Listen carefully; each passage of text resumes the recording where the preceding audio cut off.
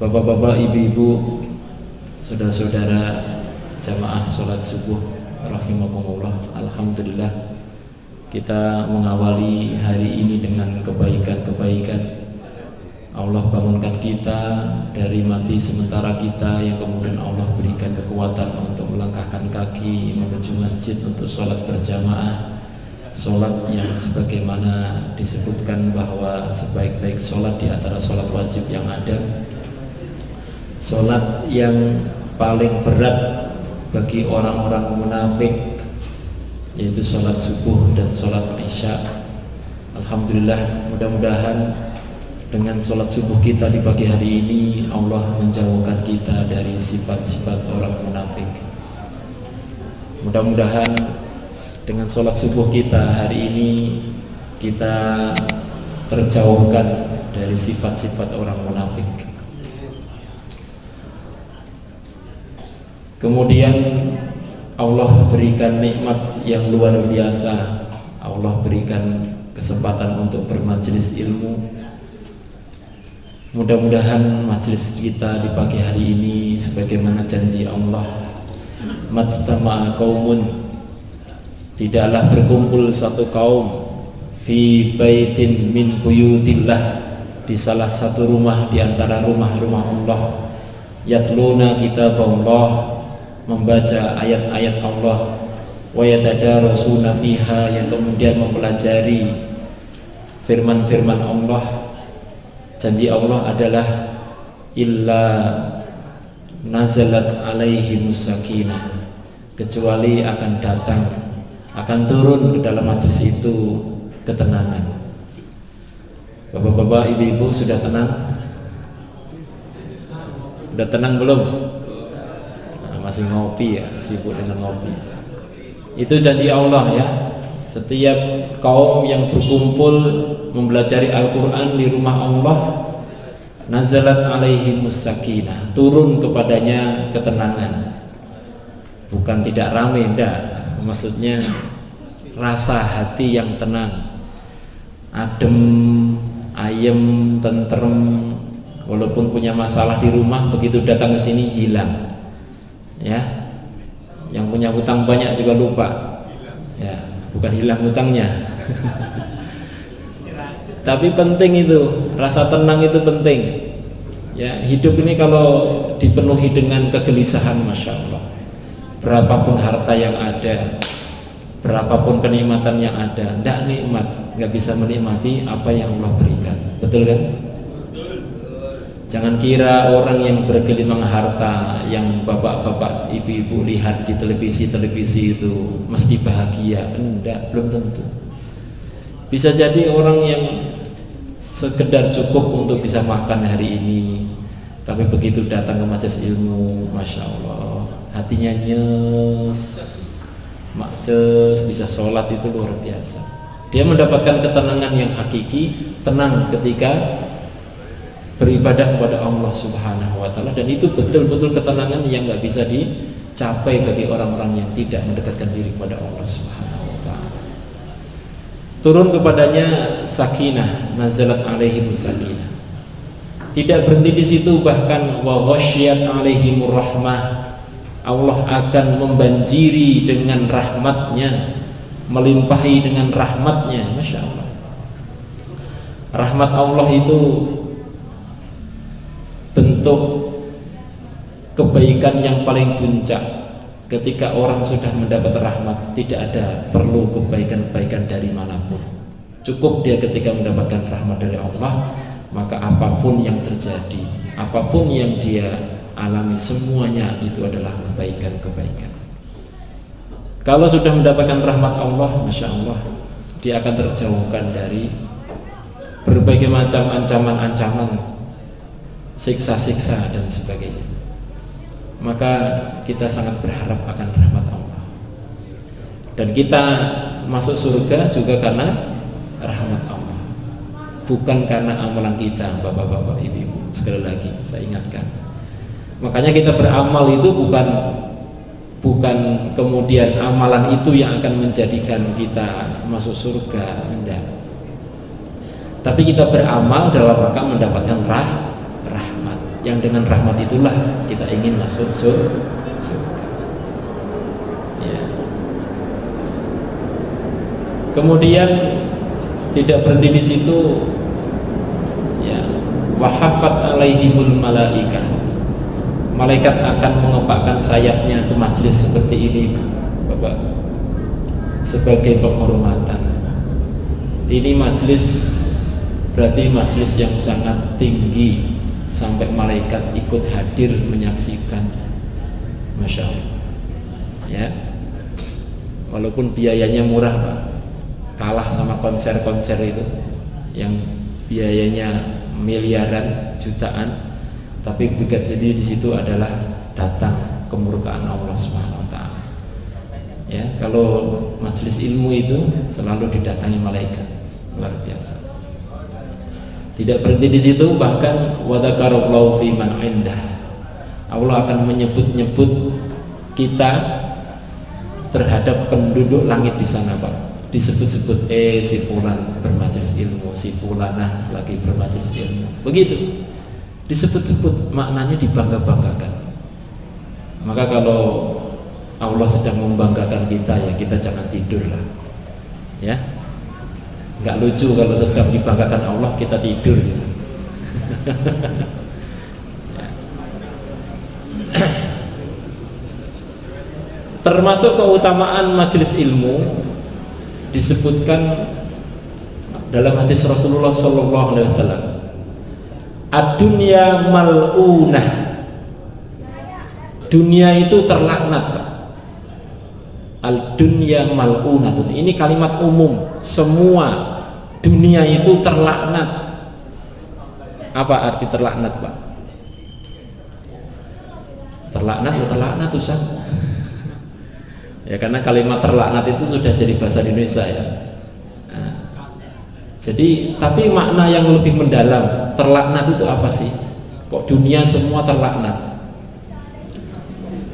Disebutkan di dalam beberapa penjelasan ulama bahwa makna terlaknat itu adalah madrudun an rahmatillah. Dia terjauhkan, dia tertutupi dari rahmat Allah. Masya Allah. Jadi semua dunia ini tertutupi dari rahmat Allah, terlaknat. Tapi Allah mengecualikan, Rasulullah mengecualikan, illa ada perkara-perkara yang tidak terlaknat di dunia ini. Apa itu? Yang pertama adalah zikrullah, ya, selain zikir kepada Allah. Kemudian yang kedua apa? Wa mamalah, dan apa-apa yang terkait dengan ketaatan kepada Allah. Ya. Kemudian apa? Yang ketiga adalah wa alimun, orang yang alim yang mengajarkan ilmunya. Dan yang keempat adalah wa muta'allimun, dan orang yang mau belajar ilmu. Masya Allah. Ini yang tidak terlaknat, Pak. Maka duduk-duduk kita di pagi hari ini di majelis ilmu dalam rangka menuntut ilmu, mau paham nggak paham, sudah dapat satu pahala, kita terhindar dari laknat Allah Subhanahu wa taala. Masya Allah. Makanya bapak-bapak, ibu-ibu, hidup ini mari kita isi dengan 4 hal ini. Kita isi kehidupan kita dari pagi sampai sore setiap harinya dengan zikrullah, dengan zikir pada Allah Subhanahu wa taala. Kemudian dengan ketaatan pada Allah Subhanahu wa taala. Jangan berbuat maksiat, jangan berbuat yang sia-sia, jangan berbuat dosa. Ya, begitu. Sesuatu perkara yang boleh, tapi kalau itu tidak ada manfaatnya di akhirat, jangan. Mari kita kurangi, kalau mampu menghindari ya alhamdulillah. Kalau tidak, paling tidak kita kurangi. Kenapa? Tetap perkara yang mubah itu, ya, perkara yang tidak bermanfaat untuk akhirat kita itu juga menghabiskan umur kita, ya.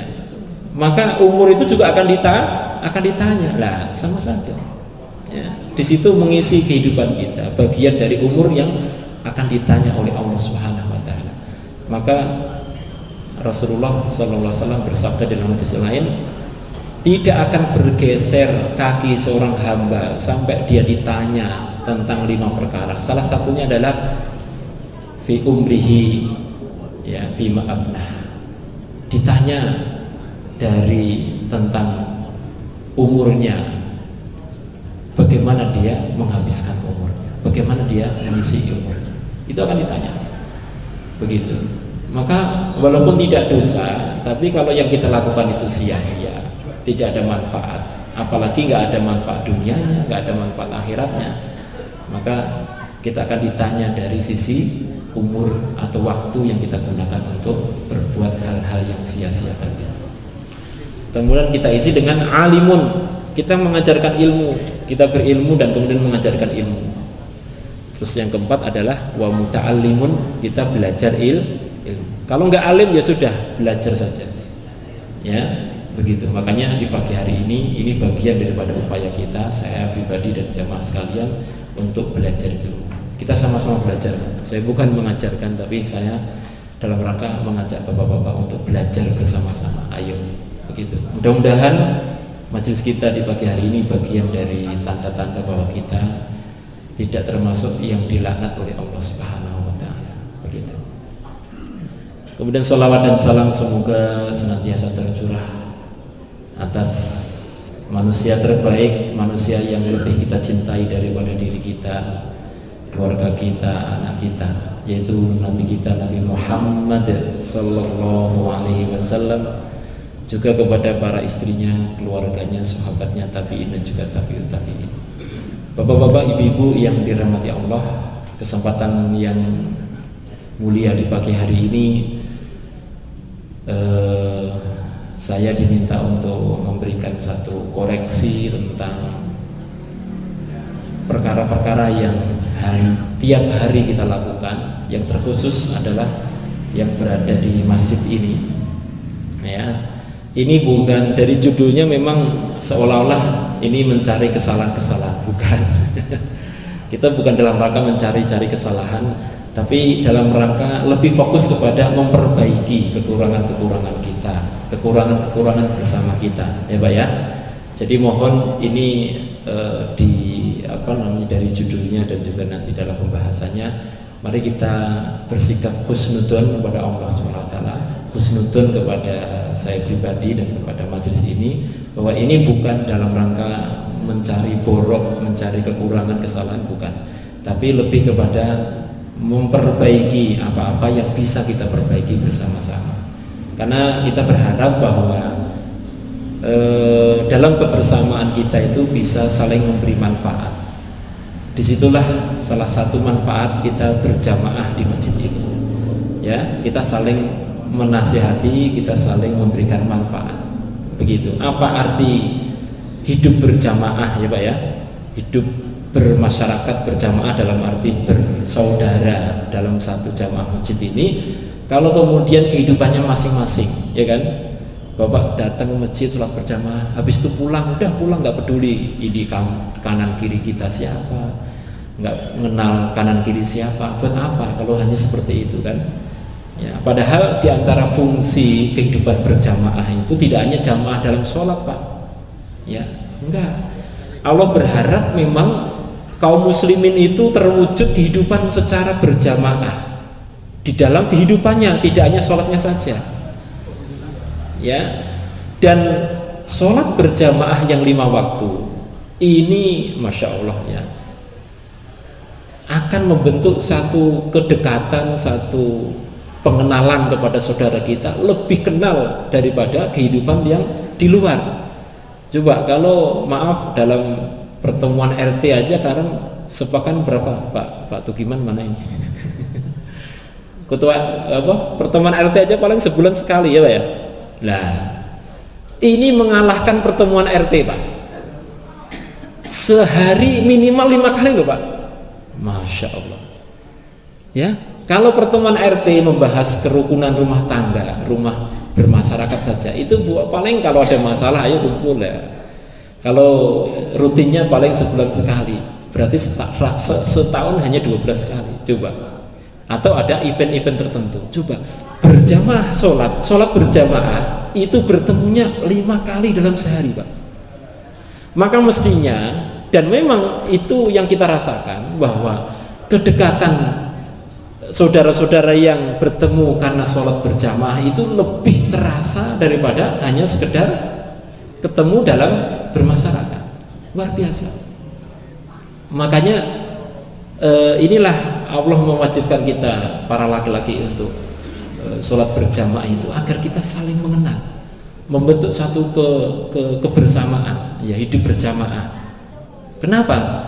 Karena kita ada tuntutan hak bersaudara, ada. Bahwasanya kita harus memperhatikan saudara kita. Ya, hadis Rasulullah SAW, "Malam yahtam bi amril muslimina falaysa minna."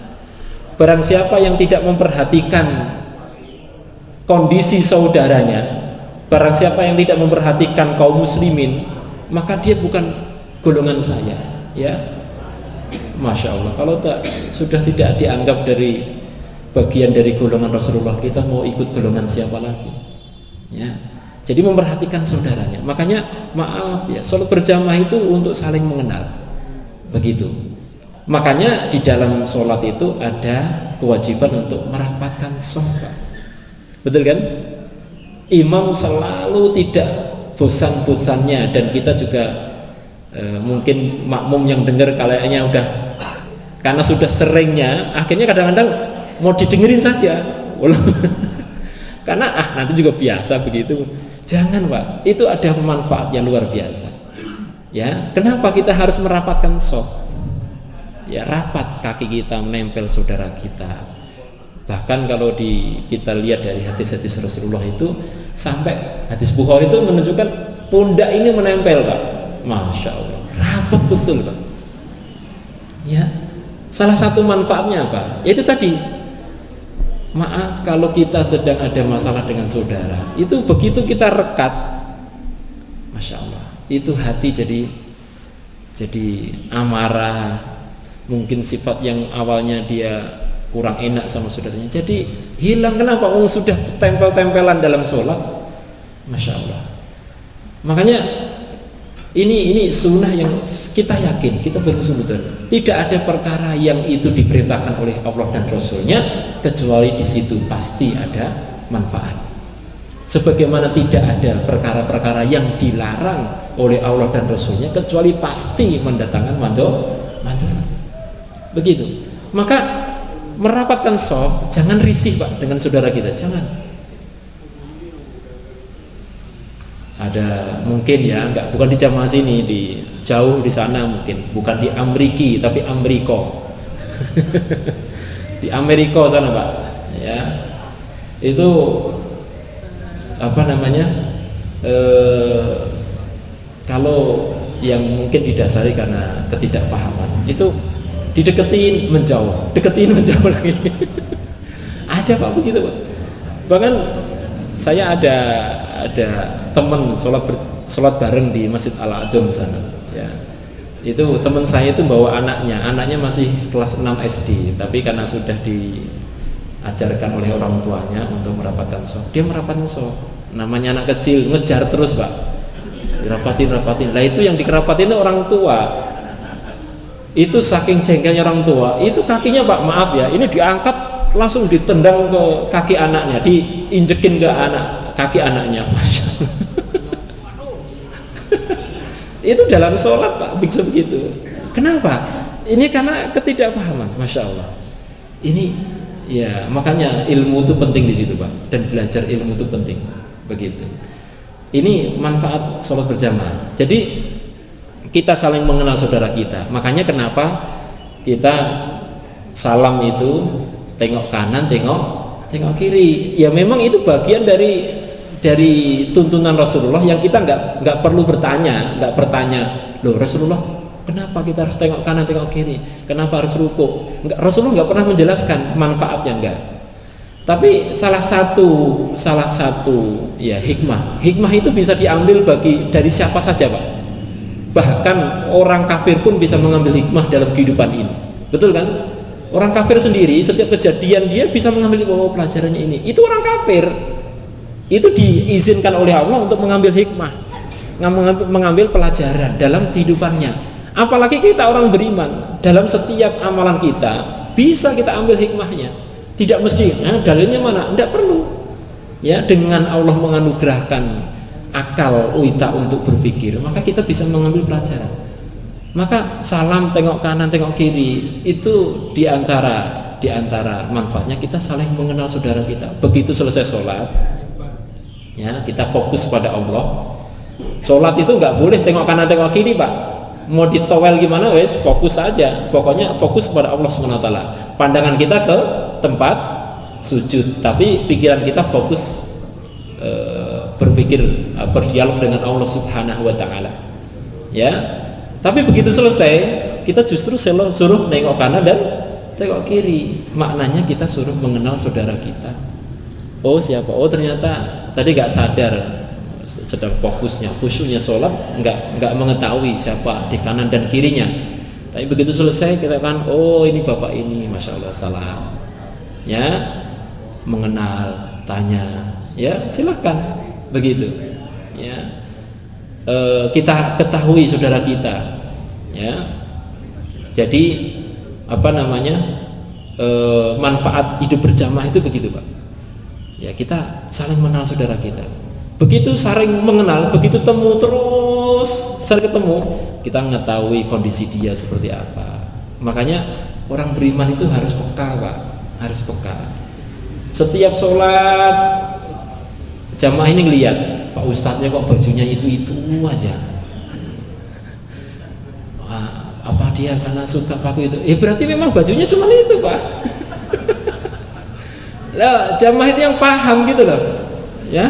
Oh, sampingnya kok setiap sholat kok bajunya itu aja. Ya, berarti memang bajunya cuma itu, Pak. Paham. Kehidupan sosial muncul. Kepekaan sosial kita muncul.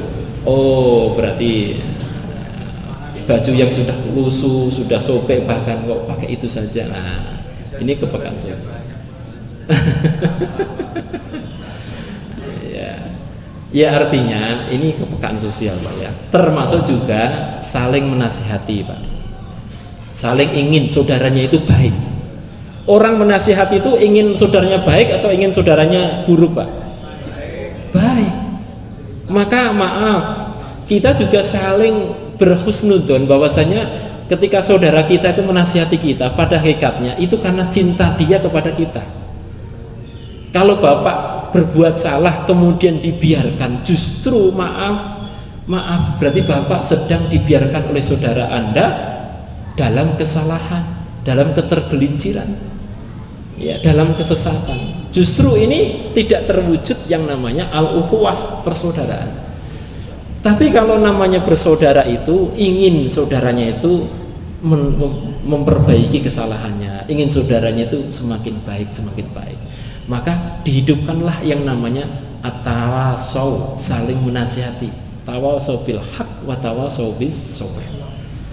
Ada kehidupan yang namanya al-amru bil ma'ruf wa nahyu 'anil munkar, memerintah yang ma'ruf dan mencegah yang munkar. Ini justru menjadi hak kita sebagai orang beriman untuk diingatkan. Ya, kita kalau salah itu punya hak untuk diingatkan. Sebagaimana orang lain ketika melihat kesalahan saudaranya wajib untuk memperbaiki, mengingatkan. Tapi memang harus tadi landasannya karena al-ukhuwah, karena cinta kepada saudaranya, bukan karena benci. Beda, Pak. Kalau benci itu saudaranya salah, diungkit-ungkit, tapi tidak dalam rangka memperbaiki. Dia hanya disalahkan saja, itu dan sebagainya. Jangan. Tapi mari kita perbaiki. Terus kemudian kita lakukan dengan cara yang baik, dengan cara yang ihsan. Ya, bagaimana tidak menyinggung saudara kita, kemudian bagaimana tidak menjatuhkan kehormatannya. Ya, bisa jadi kita panggil empat mata. Maaf, tadi kamu begini-begini ya. Nah, kalau menurut yang ilmu yang saya ketahui itu harusnya begini-begini. Nah, enak. Jangan di depan orang, salah itu. Ya nggak gitu juga. Ya, artinya walaupun kita ketika yang diingatkan selalu tetap berhusnudzon, oh saudaraku sedang mencintai diriku karena dia menasihatiku, begitu Pak. Nah ini juga maaf dari judulnya memang saya mungkin tadi harusnya saya tulis memperbaiki sholat kita, gitu ya. Tapi jangan lihat kepada konotasi kejudulan ini. Judul ini bukan berarti kita mencari-cari kesalahan kita, tapi mari kita memperbaiki agar semakin sempurna sholat kita. Ya, termasuk tadi perkara yang sudah saya singgung adalah merapikan shaf, merapikan shaf. Jadi kalau kita merujuk kepada hadis-hadis yang ada Pak, makna merapatkan shaf itu betul-betul nempel Pak. Jadi kaki kita menempel saudara di sebelah kanan dan kiri kita Pak. Bahkan kalau hadis Bukhari itu menunjukkan sampai pundak ini menempel Pak, betul-betul. Ya, makanya imam mengingatkan, ini juga yang disabdakan Rasulullah ketika merapikan shaf, jangan sampai ada celah yang di situ akan dimasuki syaitan. Ya, yang mana syaitan ketika berada di antara dua orang yang sholat, adanya hanya mengganggu. Makanya untuk dirapatkannya agar setan nggak bisa masuk di situ. Ya, agar kemudian kita khusyuk. Makanya salah satu upaya untuk khusyuk dalam sholat berjamaah adalah justru merapatkan shaf. Jadi jangan risih kalau saudara kita itu kakinya rapat dengan kaki kita. Ya maaf kalaupun ada kejadian-kejadian yang kukunya saudaranya itu agak panjang terus kemudian dia miring kakinya kan. Nah makanya kita harus lurus ke depan kakinya, menghadap jari-jari kita menghadap ke arah kiblat. Kalau kita sudah begini kakinya, nah ini memang kukunya akan nyodok ke kaki saudara kita. Nah ini makanya kita perbaiki sholat kita, begitu. Ya kalaupun terjadi begitu, ya yang disodok kukunya pakai kuku saudara kita, ya kita legowo aja lah, tidak bermaksud. Ya, karena begini Pak, Rasulullah itu memberikan satu jurus ya. Para ulama dulu memberikan satu jurus. Kalau Anda mendapatkan saudaramu itu berbuat kesalahan kepadamu, cari untuk membenarkan saudaramu, walaupun harus mencari 1000 alasan. Oh mungkin kakinya itu gak bisa lurus memang. Nah begitu. Setelah sholat dilihat kok, loh kakinya bisa lurus kok. Oh cari lagi Pak, alasan lain Pak. Oh mungkin dia begini, cari lagi alasan untuk membenarkan saudara kita. Itu Pak, rumus bersaudara, rumus berukhuwah dengan saudara sesama mukmin itu begitu Pak. Carilah walaupun harus mencari 1000 alasan untuk membenarkan saudara kita. Saat kalau sudah 1000 alasan kita cari gak ketemu, dia tetap posisinya salah gimana? Jurus akhirnya, jurus pamungkasnya adalah bahwa oh berarti saudaraku itu punya alasan berbuat itu yang aku tidak tahu. Selesai Pak. Jadi nggak ada celah untuk untuk suudon begitu. Walaupun lihat senyatanya iya betul-betul kok melukai saya kok. Iya, cari alasan Pak. Masya Allah. Itu rumus ya dalam bersaudara. Enak begitu, makanya enak. Jangan terus kemudian wah itu sholat. Ada yang dulu komplain ke saya, itu mas itu kalau takbir begini, wah akhirnya ini ngena ke saudara kita. Betul kan? Ya udah akhirnya dia nggak merapatkan shaf, begitu. Jangan. Maka yang takbir pun juga harus ngerti, ya jangan terus kalau perintahnya begini harus gini terus kakinya tangannya mengena kepada saudara kita, ya jangan. Ya seperlunya saja, jangan sampai kita juga mendolimi saudara kita di kanan dan kiri kita, begitu. Ya. Nah ini masalah sholat berjamaah Pak ya, yaitu kita merapatkan shaf, begitu, merapatkan shaf, rapat dan lurus. Ini bagian daripada kesempurnaan sholat kita. Maka sholat kita akan dikatakan semakin sempurna kalau kita sudah merapatkan dan meluruskan shaf kita, gitu Pak ya. Nah, yang shaf kedua pun juga begitu, mari kita perbaiki terus. Ya, apalagi yang sering jamaah masbuk atau dari jamaah dari luar. Biasanya saya itu jamaah dari luar Pak. Kalau yang sudah biasa sholat di sini, insya Allah sudah tidak terjadi. Dia datang sholat, tahu-tahu di pojok sana. Nah, padahal di tengah ada soft.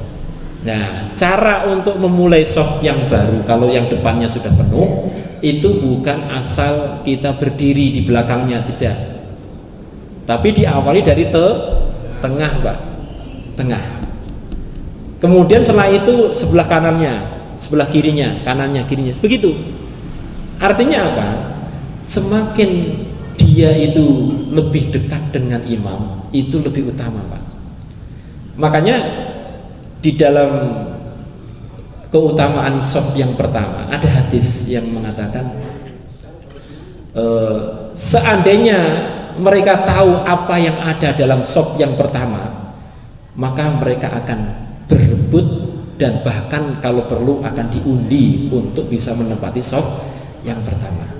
Nah ini, Pak.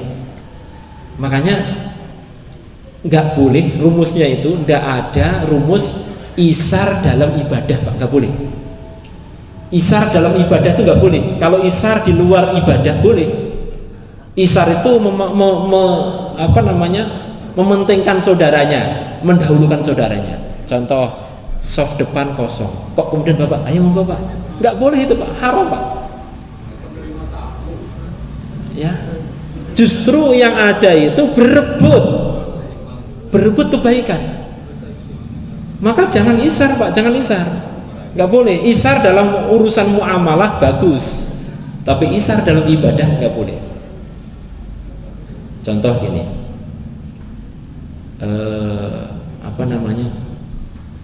sholat jenazah itu mungkin tempatnya di satu rumah, terus nggak rumahnya sempit, terus ada Pak ya, sana aja, Bapak aja yang sholat.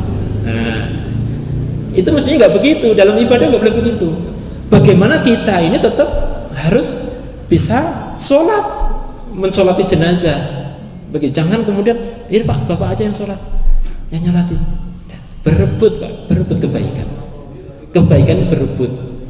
Nah, kebaikan itu harus kita perebutkan. Nggak boleh dalam ibadah itu isar. Begitu. Termasuk di dalam sholat, ya. Nah, shaf pertama itu memiliki keutamaan tersendiri. Nah, dari shaf yang pertama itu yang paling utama yang mana? Yang paling tengah, Pak. Yang paling dekat dengan imam. Itu yang paling utama. Makanya semakin jauh maka nilainya semakin berkurang. Cuman memang ini perlu kita perhatikan di dalam ketentuan sholat berjamaah bahwa siapa yang paling berhak untuk berada di belakang imam. Ya, ini harus kita maklumi. Di situ ada pengkhususan. Bahwasanya orang yang berhak untuk berada di belakang imam adalah mereka yang siap untuk menggantikan imam. Maka punya ketentuan seperti ketentuan imam yang bacaan Al-Qur'annya paling banyak, yang paling baik, pengetahuannya paling baik, begitu. Pengetahuan sholatnya paling baik, maka dia di belakang imam. Maka jangan sampai Bapak bawa anak terus taruh di belakang imam, jangan. Ya. Atau kalau kita merasa belum layak untuk menjadi imam, maka kita berebut di shaf pertama, tapi jangan pas di belakang imam, mungkin di kanan kirinya, begitu Pak.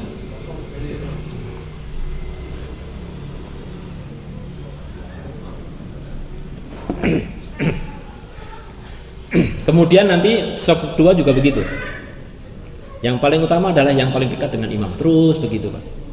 Ya, maka shaf itu diawali dari tengah. Tapi ada nanti satu kondisi begini Pak.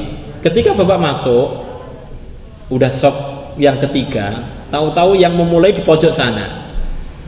Nah, gimana Pak? Ini yang repot Pak. Yang hadis yang kuat itu adalah merapatkan shaf. Tapi memang yang mengawali dari tengah itu memang tidak ada hadis yang sharih Pak, yang jelas. Dia hanya samar saja. Maka ulama lebih condong untuk merapatkan shaf. Ini yang repot. Akhirnya kita harus mengikuti orang yang sudah sholat untuk dalam rangka merapatkan shaf. Kita nggak boleh memulai dulu, nggak boleh memulai lagi. Ini yang repot. Kalau kita masuk sudah ada sop kedua, terus ada sop tiga satu orang, nggak di tengah lagi, dia di pojok sana. Ini repotnya. Aduh. Padahal perintahnya merapatkan sop. Akhirnya kita harus ngikuti dia, rapatin sop. Begitu. Nah, inilah efek kalau memang efek dari ketidaktahuan itu begitu akhirnya, ya, menjadikan sholat itu ada sesuatu yang kurang, begitu. Ya. Bapak-bapak, ibu-ibu yang dirahmati Allah, ini saya tuliskan beberapa koreksi-koreksi yang kita dapatkan. Ini baik sholat pribadi maupun sholat berjamaah, Pak ya. Sebagian orang yang mengerjakan sholat mencukupkan diri membaca surah Al-Fatihah dan surah lain setelahnya di dalam hati dan tidak menggerakkan bibirnya. Nah, Pak, ini Pak. Ya, hal ini juga dikerjakan sebagian orang ketika membaca zikir, ketika ruku, ketika sujud, ketika i'tidal, ketika duduk di antara dua sujud. Maaf, ini kesalahan fatal dalam sholat, Pak. Dia membacanya di hati, membatin. Nah, Bapak ingat-ingat nggak? Kira-kira Bapak termasuk yang ini nggak? Ahli kebatinan. Ahli kebatinan dalam sholat.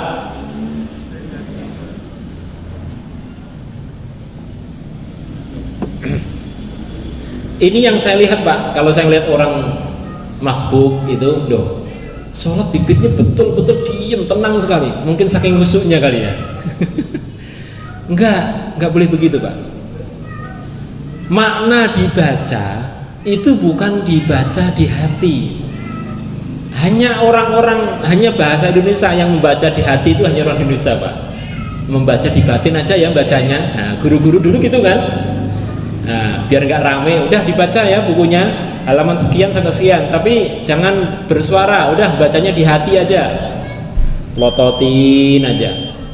Akhirnya ini berimbas, termasuk membaca dalam bacaan-bacaan sholat, ya.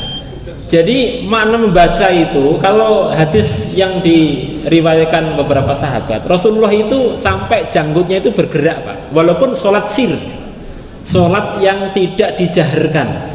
Contohnya sholat duhur, sholat asar, itu janggutnya Rasulullah itu bergerak-gerak. Artinya Rasulullah membaca, walaupun tidak terdengar dari makmum suaranya. Dan ukurannya apa? Ukuran membaca itu adalah kita yang membaca itu mendengar bacaan kita. Kita mendengar ucapan kita. Tapi kalau Bapak sudah telinganya nggak mendengar suara dari bibir Bapak sendiri, berarti Bapak sedang membatin. Begitu. Ukurannya adalah kita mendengar bacaan kita. Gitu. Itu dari mulai Al-Fatihah, dari bacaan yang setelahnya, kemudian ruku, sujud, i'tidal, semuanya ini harus kita baca, Pak. Nggak boleh dibatin. Ya. Sekali lagi, batin dengan membaca itu berbeda. Ya, ini harus kita perbaiki kalau memang diantara kita masih ada yang membatin dalam bacaan. Tapi juga nggak terus kemudian berlebihan. Ya, kemudian sholat yang sir dibaca dengan kenceng akhirnya mengganggu saudara kita, juga nggak boleh. Ya, karena di situ tuntunannya adalah untuk mensirkan bacaan, maka juga sir. Sholat duhur ya sir, jangan sholat duhur pokoknya Ustadz bilang suruh baca, saya baca kenceng-kencengnya. Ya ini namanya orang mutung namanya, Pak. Ustadznya bilang katanya salah itu, yaudah sekarang saya baca kenceng-kencengnya. Nah itu mutung namanya, Pak. Nggak begitu juga. Ya. Termasuk sholat-sholat yang malam, kalau Bapak sendirian itu baca, Pak, agak keras, Pak. Memang perintahnya sholat malam, sholat di sholat isya dan sholat maghrib, sholat subuh itu dijaharkan. Maka walaupun Bapak sendirian, nah ini mestinya memang kalau Bapak nggak sendirian sholat berjamaah, tapi kalau terpaksa sendirian ya tetap dikeraskan, begitu, dijaharkan, begitu. Tapi karena Bapak sholat sendiri ya nggak harus keras-keras seperti imam, tapi kalau imam wajib untuk keras, ya, dari mulai takbiratul ihram, ya, kemudian takbir intikal, bacaan yang harusnya keras, imam wajib untuk mengeraskan. Makanya kenapa ada alat bantu, Pak, pengeras suara, ya, agar apa? Makmum yang di belakang mendengar bacaan imam. Begitu. Lah, bagi makmum bagaimana? Bagi makmum nggak boleh mengeraskan, ya, nggak boleh mengeraskan. Begitu. Kecuali kalau imam itu ternyata dia pandang nggak kedengeran ini dari belakang, maka dia berinisiatif untuk mengeraskan, mengikuti imam boleh, tapi jangan sama-sama, udah cukup satu orang saja. Nah, makanya Bapak kalau menjumpai di Masjidil Haram, di Masjid Nabawi, ada kayak pengulangan kan, imamnya Allahu Akbar, kemudian ada Allahu Akbar yang lebih kenceng lagi. Nah, itu dalam rangka untuk lebih mengeraskan lagi, ya, itu tidak melanggar aturan, tidak berlawanan dengan sunnah, karena boleh kan. Termasuk Bapak kalau di sini mendapati kok imamnya ketika mic-nya mati, kemudian speakernya nggak hidup, kemudian Bapak merasa punya suara kenceng, nggak apa-apa ketika imamnya itu suaranya memang nggak bisa kenceng, ya, pelan. Saya sendiri begitu, saya itu nggak bisa keras, Pak, ngomong kenceng itu nggak bisa, Pak. Nah, kalau Pak Tasi ini tuh kenceng suaranya. Nah, itu boleh kalau mendapati oh imamnya kok suaranya pelan, dia khawatir jamaah ibu-ibu nggak dengar suaranya, sudah dia kencengkan untuk untuk takbir intikalnya, takbir perpindahan gerakan sholat, ya, dibolehkan. Begitu. Nah ini Pak ya, ini berlaku kepada semuanya, bahwa membaca itu dengan menggerakkan bibir. Ukurannya adalah kita yang membaca mendengar bacaan kita. Subhanallah, subhanallah, atau yang lainnya. Itu kita mendengar. Telinga kita mendengar, Pak. Begitu. Ya, berarti kita ambil yang paling lirih, yang tidak mengganggu saudara kita di samping kanan kiri, tapi kita merasa kita mendengarkan ucapan kita, gitu. Ya. Tidak merapatkan shaf, ini sudah kita bahas tadi ya. Seseorang yang datang ke masjid untuk melakukan sholat berjamaah, ketika itu ia mendapati imam telah rukuk, kemudian ia langsung rukuk bersama imam setelah melakukan satu takbir saja, takbiratul ihram saja. Takbir yang pertama langsung dia ikut ruku. Ini juga termasuk kekurangan lah, kalau boleh dikatakan kekurangan, bukan kesalahan. Harusnya berapa? 2 kali, Pak. Kita takbiratul ihram dulu, kemudian takbir untuk ikut ruku. Ya. Ini batas minimal jamaah itu dihitung 1 rakaat.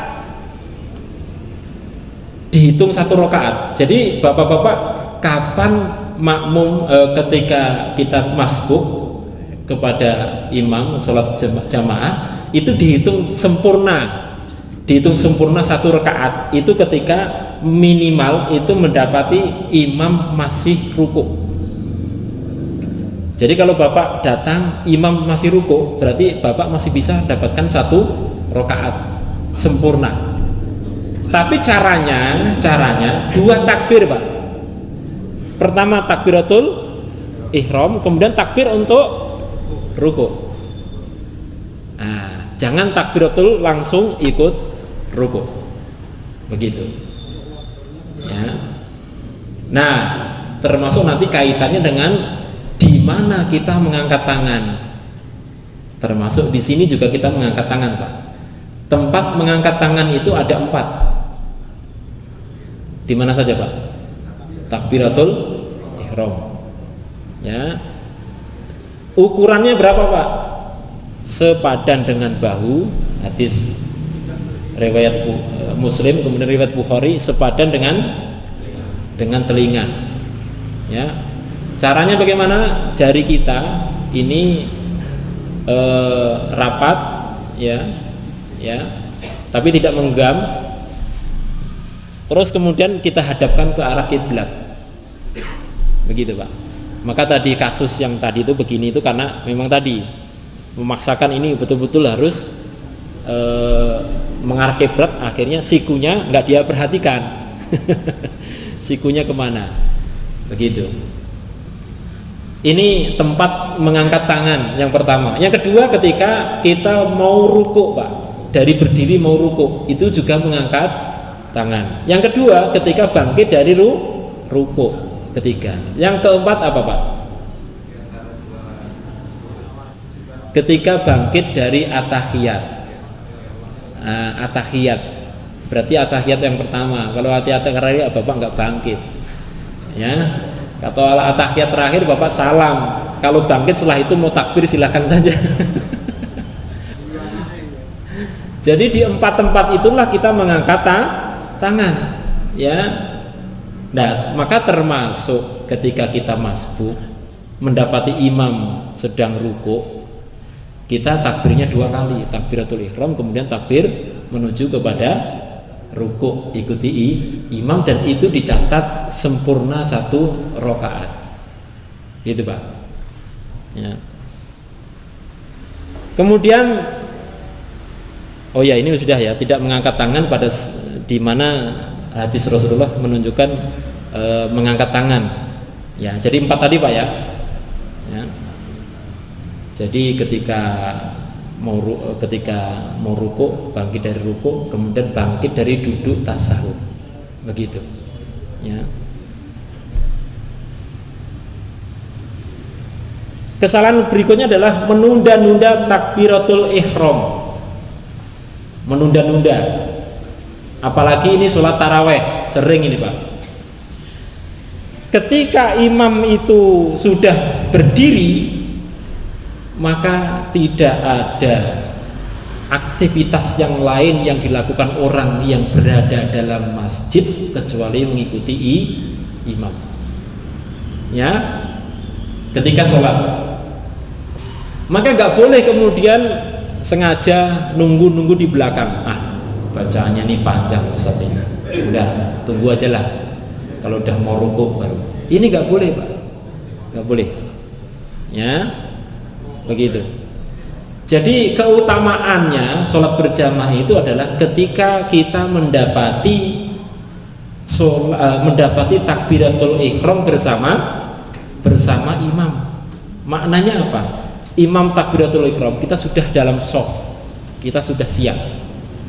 Terus kemudian batas mengikuti ini apa? Ini juga nanti terkait dengan kesalahan berikutnya, berlomba-lomba mendahului imam dalam gerakan sholat. Ini nggak boleh, mendahului imam dalam sholat berjamaah. Ada ancaman hadis yang sangat keras itu, bahwasanya orang-orang yang mendahului imam itu Allah akan ganti kepalanya menjadi kepala khimar, ya, keledai, begitu. Ini ancaman keras untuk tidak mendahului imam. Termasuk membersamai imam itu juga nggak boleh Pak, membarengi imam.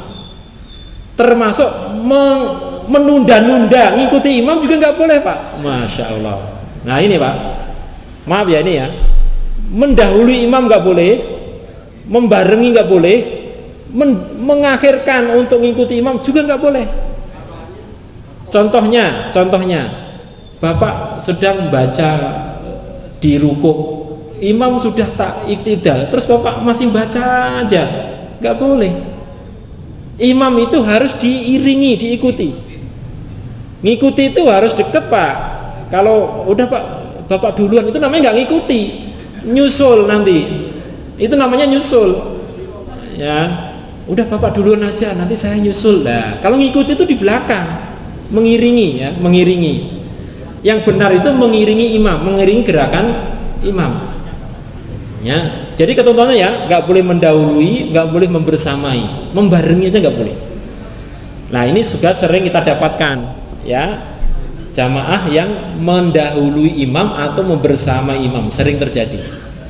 Nah maka ini bagian dari kita mencoba untuk memperbaiki sholat kita, untuk kedepannya makmum jangan sampai membersamai atau apalagi mendahului imam atau mengakhirkan untuk mengikuti imam, nggak boleh juga. Ngikutin, pokoknya ngikutin dari belakang, begitu. Nah, makanya ada hadis tentang bagaimana sahabat mengikuti sholatnya Rasulullah itu, bahwa kami, kata sahabat itu, tidak menggerakkan badan kami sebelum Rasulullah itu sempurna sujudnya. Jadi dari berdiri, dari i'tidal itu caranya adalah yang disebutkan oleh hadis dari sahabat Rasulullah SAW. Kami tidak menggerakkan, mencondongkan badan kami. Jadi begini, itu saja tidak. Sampai Rasulullah itu sempurna sujud. Begitu sempurna sujud baru kita ngikuti. Begitu. Jadi mencondongkan badannya itu tidak, kata para sahabat Rasulullah. Ya, ditunggu sampai imamnya itu sempurna sujud, nah kita ngikutin. Begitu. Maka ini juga diperlukan diperlukan kepekaan seorang imam. Maka imam itu nggak boleh baca takbirnya panjang-panjang, Pak. Ya, Allahu Akbar, padahal gerakannya cuma sebentar. Ini akan berpotensi makmum bingung. Karena kalau sudah Allahu Akbar ini langsung makmum itu mengikuti. Ya, ngikuti. Akhirnya apa? Loh, ternyata saya duluan. Ya, ternyata imamnya baru baca takbir, belum gerak. Nah, ini juga imam juga harus peka bagaimana caranya makmum tidak mendahului dia. Maka yang baik itu bergerak terus kemudian takbir. Gerak, takbir. Nah, itu lebih baik. Bacanya pendek-pendek saja. Allahu Akbar, agar makmum itu tidak kebingungan ketika mengikuti imam. Ya, ini dibutuhkan kesepahaman kedua belah pihak, antara imam dan juga kepada makmum, begitu. Tapi lebih amannya makmum itu betul-betul. Maka kenapa, Pak? Namanya sholat berjamaah itu kita harus lihat imam. Ya, jadi sebaik-baik posisi imam itu yang bisa dilihat semakin banyak oleh makmum. Maka kalau Bapak perhatikan, saya kalau imam itu nggak terlalu maju, Pak, pas di garis itu. Kenapa? Agar semakin dilihat dari kanan kiri yang ada di shaf pertama. Jadi tidak hanya orang terbatas di belakang saya, begitu.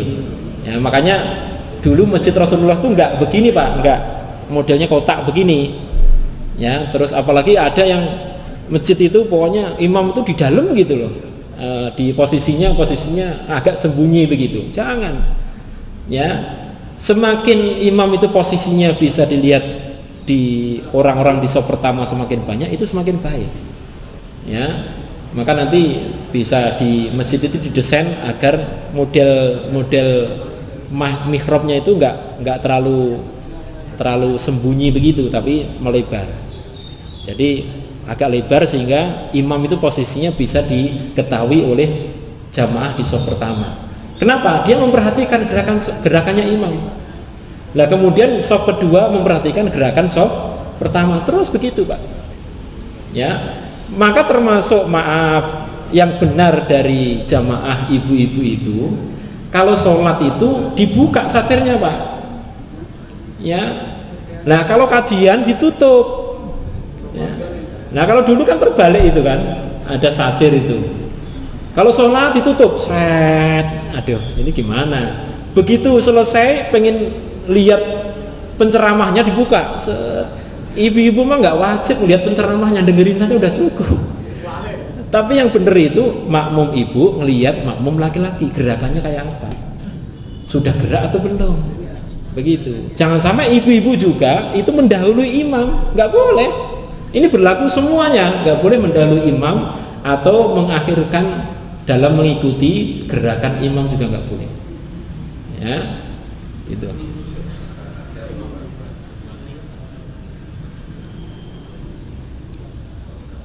Nah, menunda-nunda bangun atau bangkit dari rukuk semisal ketika imam telah bangkit, ini tadi sudah saya singgung. Ya. Sebagian orang yang sholat jika masuk ke masjid dan imam sedang bangkit dari rukuk atau sedang sujud, sebagian orang menunggu imam tasyahud atau menunggu imam bangkit berdiri.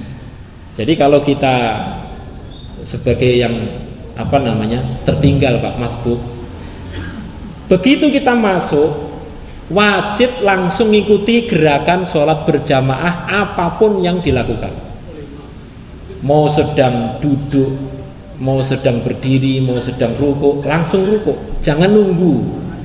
Ini dilihat, ini tasawuf awal kan, bentar lagi berdiri, udah nunggu aja berdiri, tidak boleh. Yang benar itu langsung mengikuti, langsung bergabung dengan sholat berjamaah. Begitu, nggak boleh menunggu-nunggu, menunda-nunda. Ya, begitu masuk ada sholat berjamaah ikut. Begitu. Apalagi duduk-duduk di belakang. Ya, ada sholat berjamaah kemudian duduk di belakang, nggak boleh Pak, nggak boleh. Ya, jadi tidak ada aktivitas bagi orang yang di dalam masjid ketika imam sudah sholat kecuali ikuti imam. Begitu.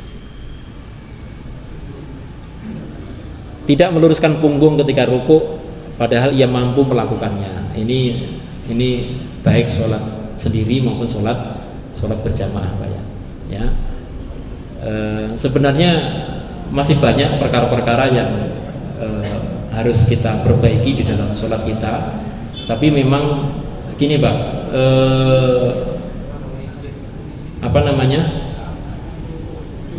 sedikit-sedikit kita akan mencoba memperbaiki sholat berjamaah kita agar menuju kepada sempurna. Tapi memang begini Pak, nanti di dalam perkara-perkara fikih itu akan kita jumpai khilaf, kita jumpai perbedaan-perbedaan, ada pendapat-pendapat yang banyak, itu pasti. Maka sebelum saya membaca pertanyaan ini saya perlu terangkan. Nanti kalau ada kaitannya dengan itu hal-hal yang memang di situ para ulama mazhab aja berbeda, ya sudah kita saling menjaga kalau dalam hal-hal yang berbeda.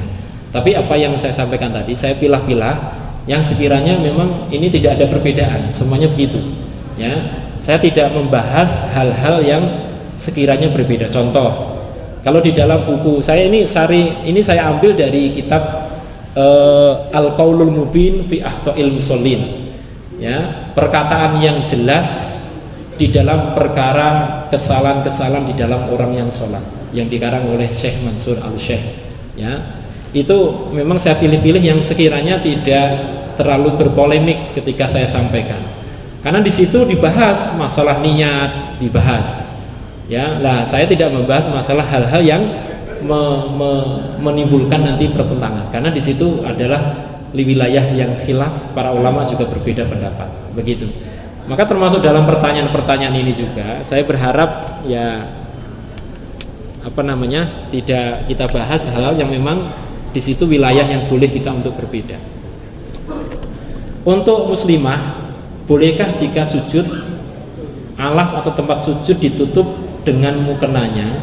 Nah, ini berkaitan dengan anggota badan yang harus nempel di tempat sujud ya.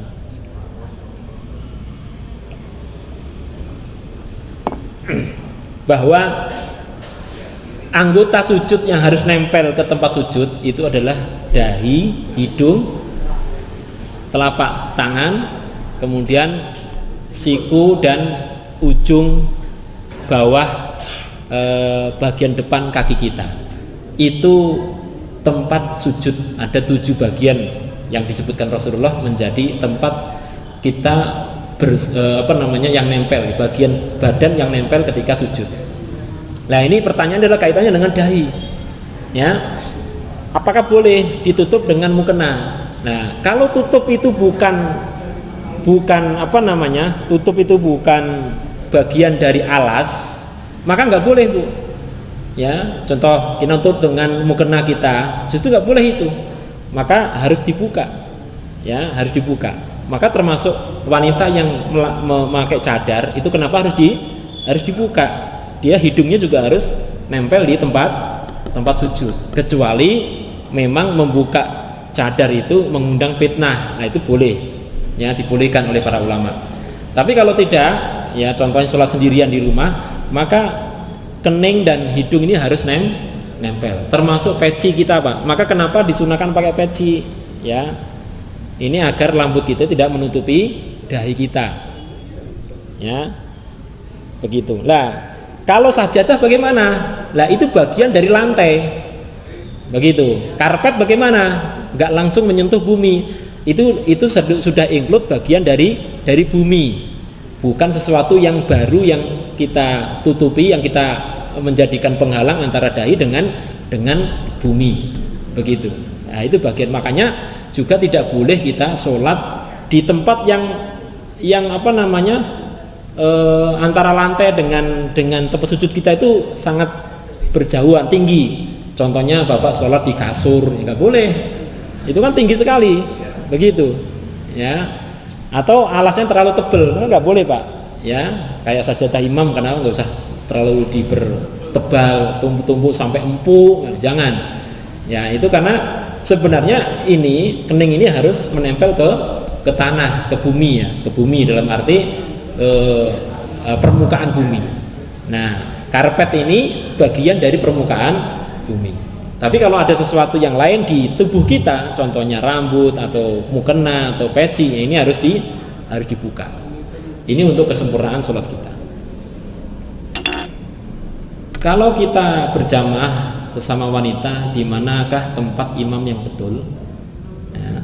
Terus di mana tempat yang siap menggantikan imam? Sebaiknya yang di belakangnya imam atau di mana, Pak Ustadz? Kalau berjamaah hanya 2 orang, 3 orang, sebelah mana imamnya? Nah, ini juga belum kita bahas. Jadi kalau jamaah wanita, ibu-ibu ya, tolong diperhatikan, tempat ketika berjamaah itu imamnya tidak maju seperti laki-laki, tapi imamnya itu berdiri sejajar dengan jamaah di shaf pertama.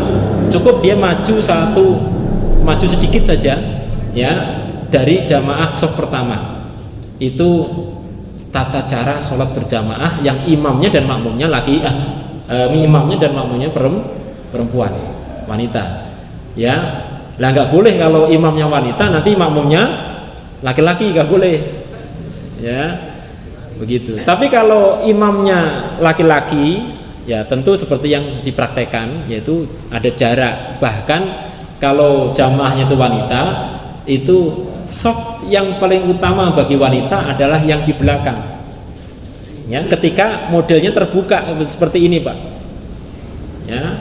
Tapi kalau ada penghalang maka nggak masalah, wanita itu mendekat ke depan. Tapi ada satir, ada penutup, begitu. Tapi kalau tidak ada penutup terbuka, maka shaf wanita terbaik adalah yang di belakang. Sebagaimana shaf laki-laki yang terbaik adalah yang di depan. Begitu. Lah, bagaimana kalau ini pertanyaannya adalah sholatnya tadi jamaahnya wanita, imamnya yang menggantikan mana? Yang di sebelah kanannya, yang di dekatnya. Ini yang berhak untuk menggantikan posisi imam wanita.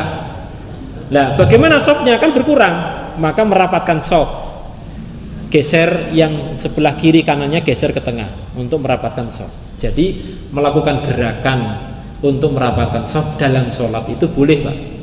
Ya, umpama contohnya juga di shaf pertama ada orang yang batal kemudian pergi, maka Bapak jangan biarkan. Ya, yang harus bergeser adalah yang jauh dari imam, mendekat ke imam. Umpama di sebelah kiri berarti yang sebelah kiri ke tengah, yang di sebelah kanan berarti yang kanan ke tengah.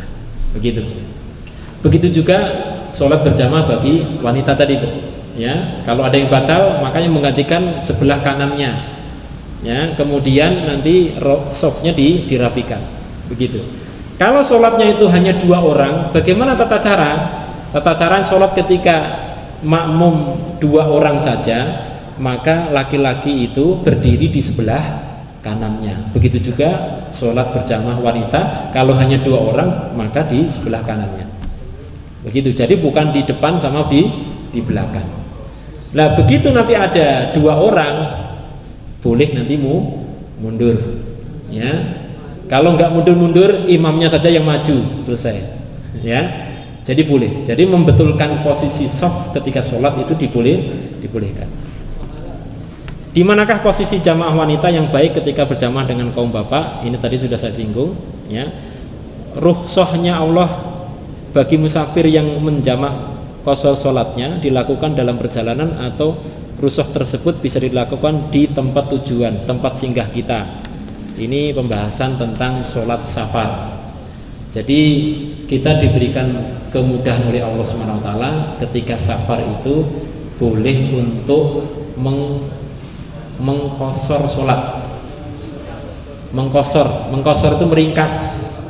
Yang sholat arba, yang sholat 4 rakaat menjadi 2. Ini dibolehkan selama safar. Ya, selama safar dibolehkan. Umpama tadi pertanyaannya adalah ketika tinggal di satu tempat di kota, umpama lagi wisata atau lagi berkunjung ke saudaranya di satu kota, yang dia tinggal di situ tapi nggak jelas mau sehari atau 2 hari. Wis pokoknya lah. Berarti selama dia disebut sedang safar, maka boleh untuk mengqasar sholat. Kecuali dia sudah punya rencana, oh saya akan tinggal di situ 1 bulan.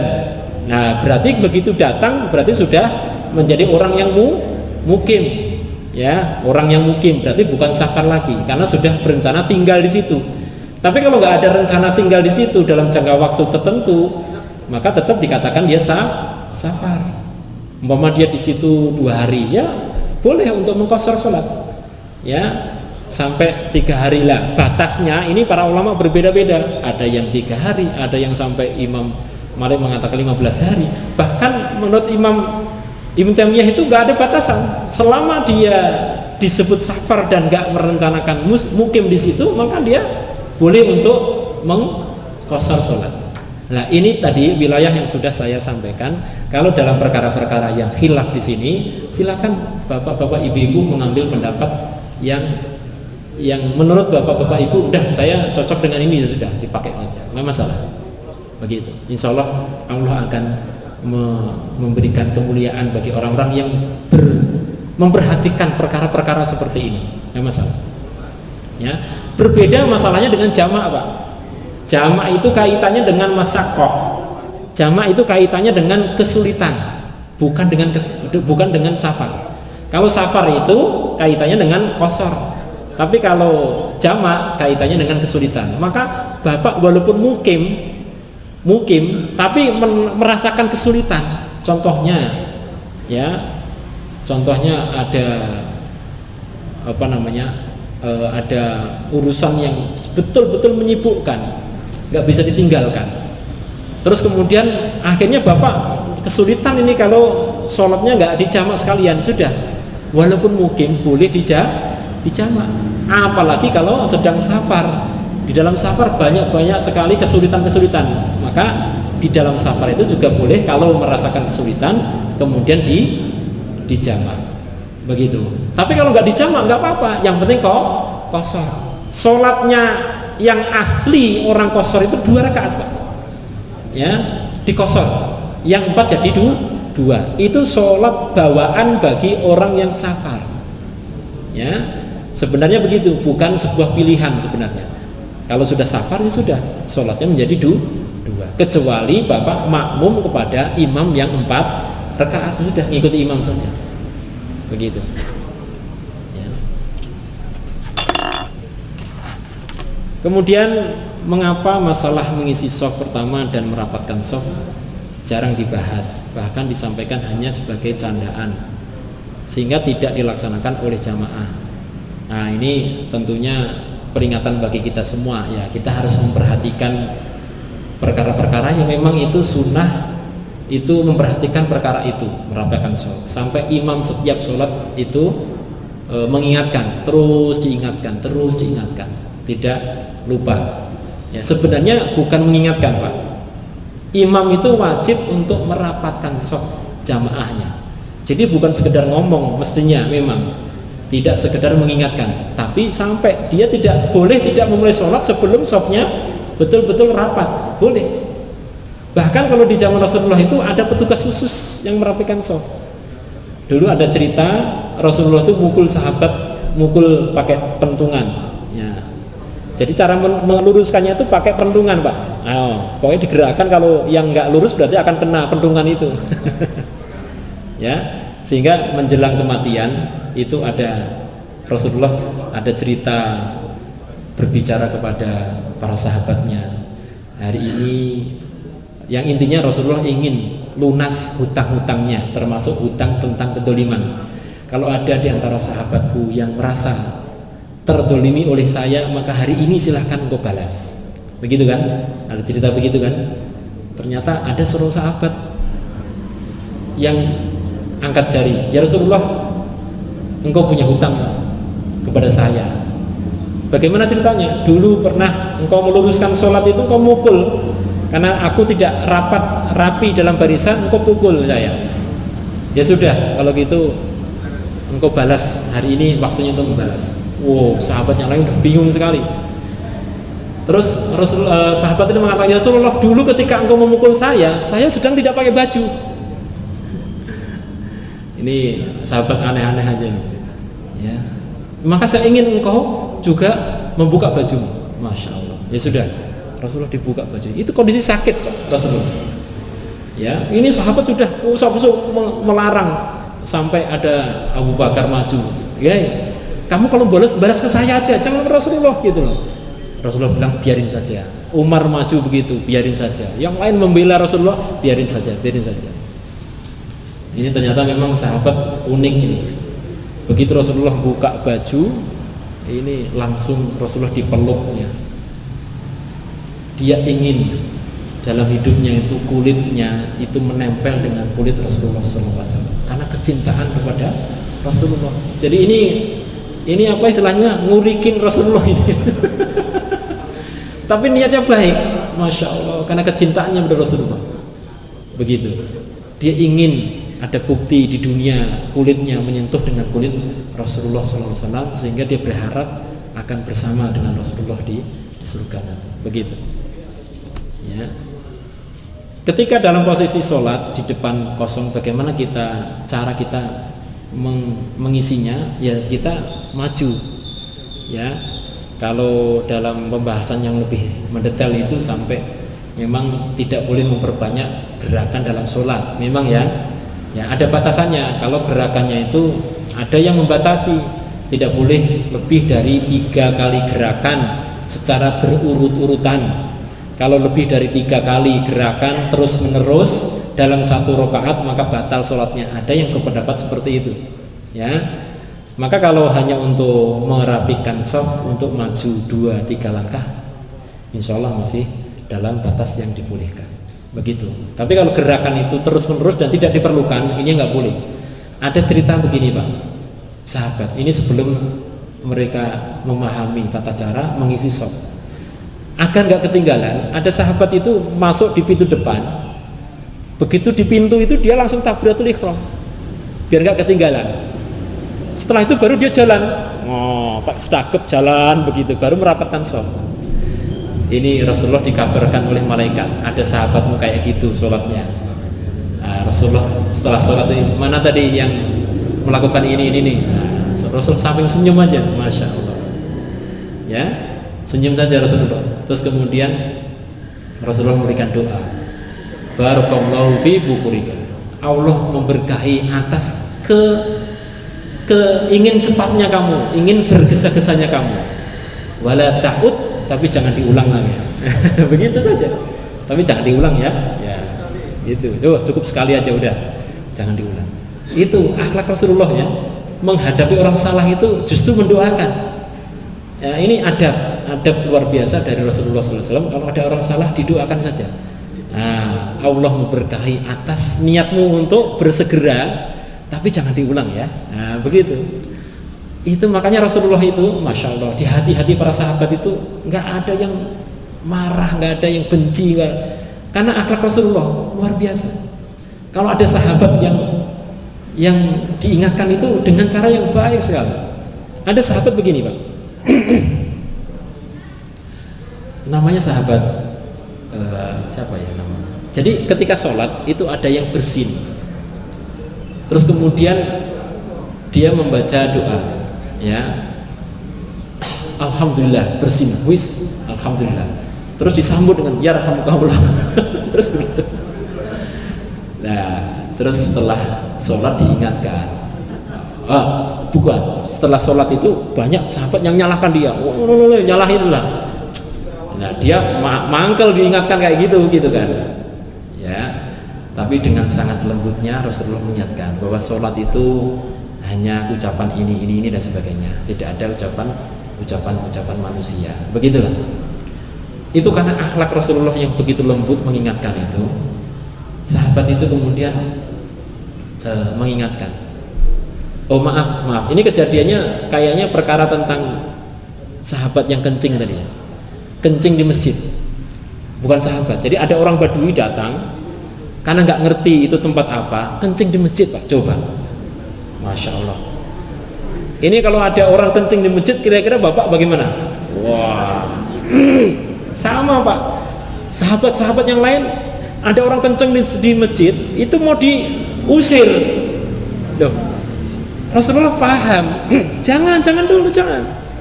Kalau kamu usir dia lagi kencing, nanti kemana-mana dia lari sambil kencing. Sudah biarin saja dulu, biarin.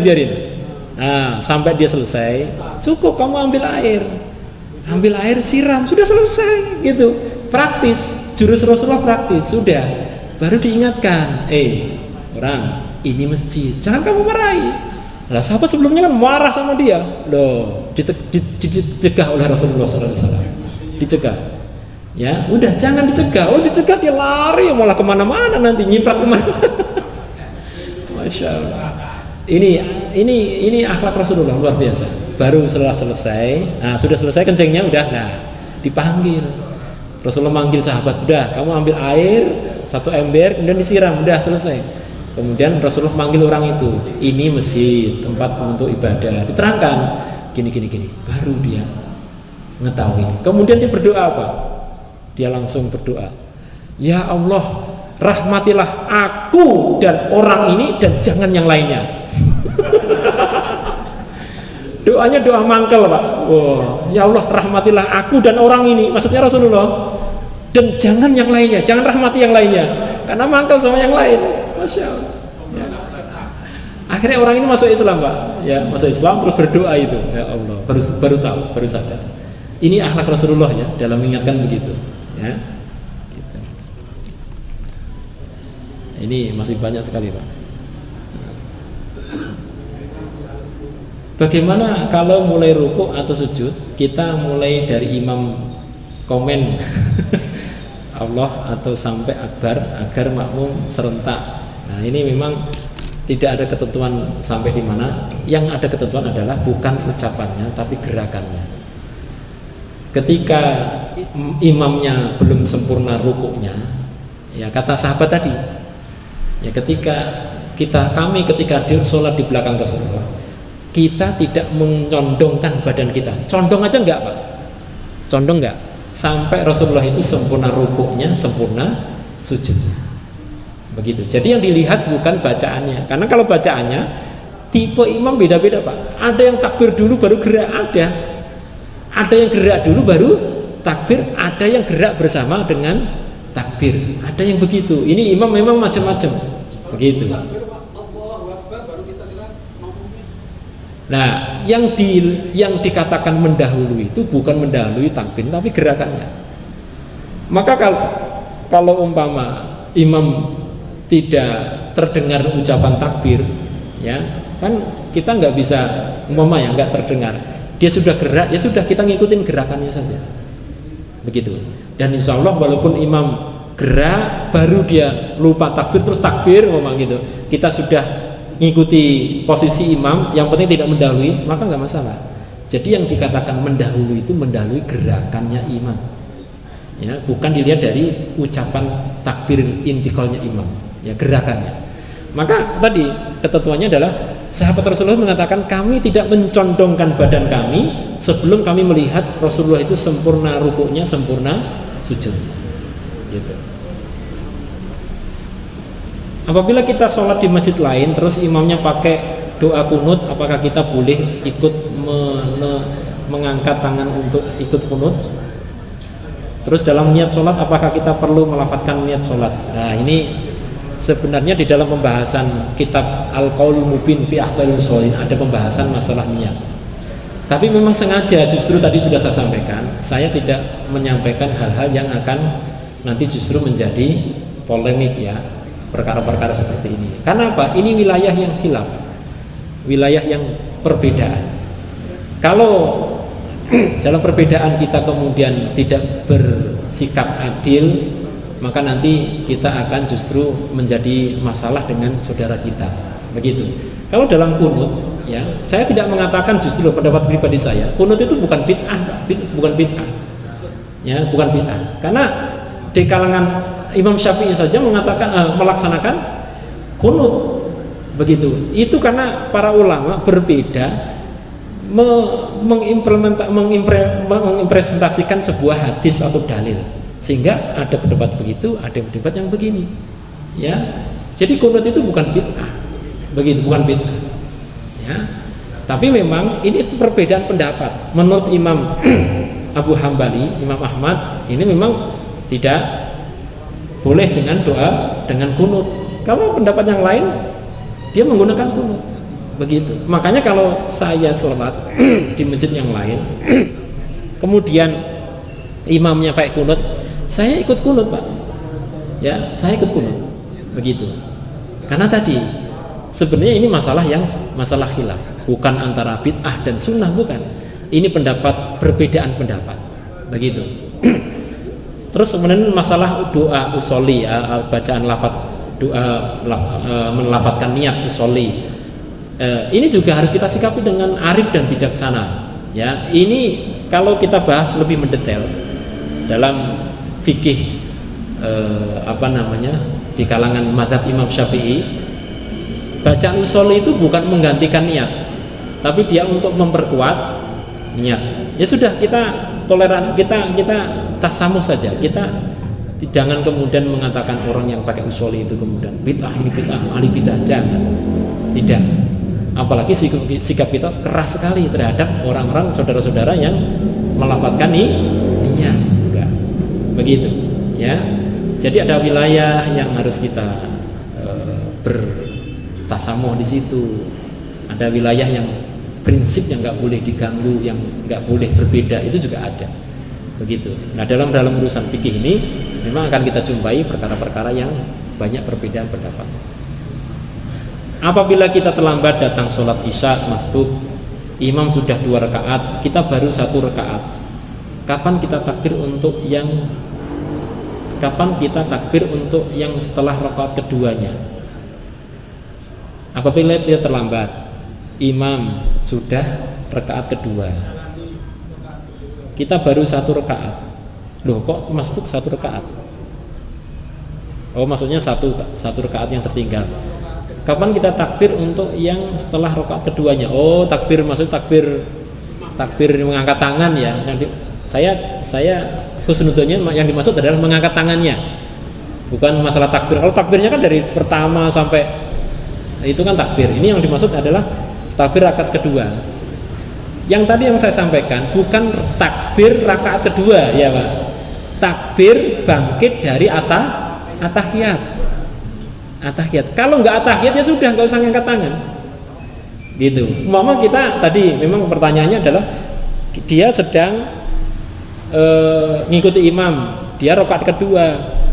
Nah, terus kemudian kita baru satu rakaat, ada perbedaan di situ. Nah, kalau makmum ya sudah, kita ngikuti aja gerakan imam. Apa yang dia lakukan kita ikuti.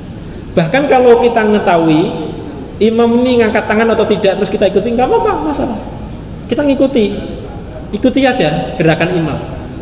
Ya, termasuk antara duduk tawarruk atau iftiros, ya, duduk yang atahiyat pertama dan atahiyat yang kedua, dan yang terakhir, itu tata cara bagaimana kalau sholat berjamaah, ikuti imam saja udah. Oh, imamnya duduk begitu, udah kita rubah, nggak masalah. Karena memang di situ, masya Allah, wilayah yang luas sekali. Silahkan, ya, duduk seperti apa, semuanya ada hujahnya, ada dalilnya, begitu. Membaca surah Al-Fatihah kan sempurnakan dalam sholat. Gimana kalau makmum setelah rakaat ketiga belum selesai baca Al-Fatihah, tapi imam sudah ruku, apakah harus ikut imam ruku atau harus selesai? Ini pertanyaan bagus juga. Jadi kita memang wajib membaca Al-Fatihah, Pak. Ya, wajib. Tapi kalau dalam sholat berjamaah, ya, dalam berjamaah, ketika ada kesempatan untuk baca Al-Fatihah, kita membaca. Kalau tidak, maka kita mengikuti imam. Maka bacaan imam itu sudah menutupi kekurangan bacaan makmum. Gitu, Pak. Ya, enaknya sholat berjamaah begitu, Pak. Maka kalaupun kita belum selesai baca Al-Fatihah, imam sudah ruku, kan tadi harus mengikuti. Ya sudah, kita harus mengikuti ruku. Loh, kan belum sempurna, enggak apa-apa. Sholat berjamaah itu kekurangan-kekurangan makmum dipenuhi dengan sholatnya imam, gitu. Kecuali sholat sendirian, bapak nggak menyelesaikan Al-Fatihah, salah, batal sholatnya, nggak sah, gitu. Termasuk ketika masalah apakah ini perbedaan, Pak, ya, perbedaan lagi di sini. Ketika sholat imamnya jahar, apakah kita membaca Al-Fatihah atau tidak? Ada yang tidak, cukup membaca, mendengarkan saja. Ada yang harus baca. Sehingga banyak kita jumpai ada yang selesai amin kemudian dia baca Al-Fatihah sendirian, begitu. Nah, pendapat yang saya ambil tengah-tengah adalah ketika memungkinkan untuk membaca, silahkan baca. Tapi kalau nggak memungkinkan, sudah ikuti imam, gitu. Ya, nggak usah khawatir bahwa bacaan kita kurang. Nah, disitulah manfaat sholat berjamaah. Makanya kalau bapak-bapak selalu berjamaah, insya Allah kekurangan-kekurangan sholat kita itu akan tertutupi dengan sholat berjamaah. Itu Pak, ya. Demikian yang bisa kita sampaikan, mudah-mudahan bermanfaat. Sekali lagi, ini belum selesai, Pak. Nanti banyak perkara-perkara yang perlu kita perbaiki dalam sholat kita. Tapi mudah-mudahan perkara-perkara ini sudah bisa menjadi tambahan ilmu untuk kita perbaiki sholat kita ke depannya. Demikian, mari kita akhiri kajian kita dengan berdoa kepada Allah Subhanahu wa taala. Allahumma lakal hamdu hamdan thayyiban mubarakan fika wa yuhibbu rabbuna wa yardah. Allahumma shalli ala Muhammad wa ala ali Muhammad kama shallaita ala Ibrahim wa ala ali Ibrahim innaka Hamidum Majid. Rabbana zalamna anfusana wa illam taghfir lana wa tarhamna lanakunanna minal khasirin.